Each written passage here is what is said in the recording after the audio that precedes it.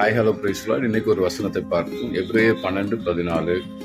யாவரோடு சமாதானமாய் இருக்கவும் பரிசுத்தம் உள்ளவர்களாயும் நாடுங்கள், பரிசுத்தம் இல்லாமல் ஒருவனும் தேவனை தரிசிப்பதில்லை. தேவப்பிள்ளைகளை, இன்னைக்கு முழுவதும் கர்த்தர் உங்களை பார்த்து சொல்லுகிற வார்த்தையானது, பரிசுத்தம் உள்ளவர்களாயும் சமாதானமாய் இருக்கும்படி நாடுகிற மனுஷனை கர்த்தர் ஆசீர்வதிக்கிறவராக இருக்கிறார்.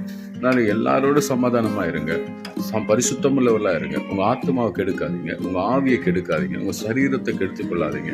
அப்படி சமாதானமா இருக்கிற போது உங்கள் இருதயம், உங்கள் ஆத்மா, உங்களுடைய சரீரம் அது ஆசீர்வதிக்கப்பட்டிருக்கும். நீங்க சமாதானமா இருக்கும் போது நீங்க தேவனுடைய பிள்ளைகளா இருப்பீங்க. நீங்க சமாதானமா இருக்கும்போது எல்லாவற்றிலும் உங்களை ஒருவனும் அசைக்க முடியாது. கர்த்தருடைய சித்தத்தை நிறைவேற்றுகிற பிள்ளைகளாய் நீங்கள் இருக்கும் பொழுது கர்த்தர் உங்கள் மீது ஒரு அளவற்ற ஆசீர்வாதத்தை வைக்க வல்லமையுள்ள தேவனா இருக்கிறார். அதனால பயப்படாதீங்க, கர்த்தர் உங்களோடு கூட இருக்கிறார். சமாதானம் பண்ணுங்க. இந்த நாள் உங்களுக்கு சமாதானமா இனிய நாளா இருக்க வாழ்த்துக்கிறேன். God bless you. Amen.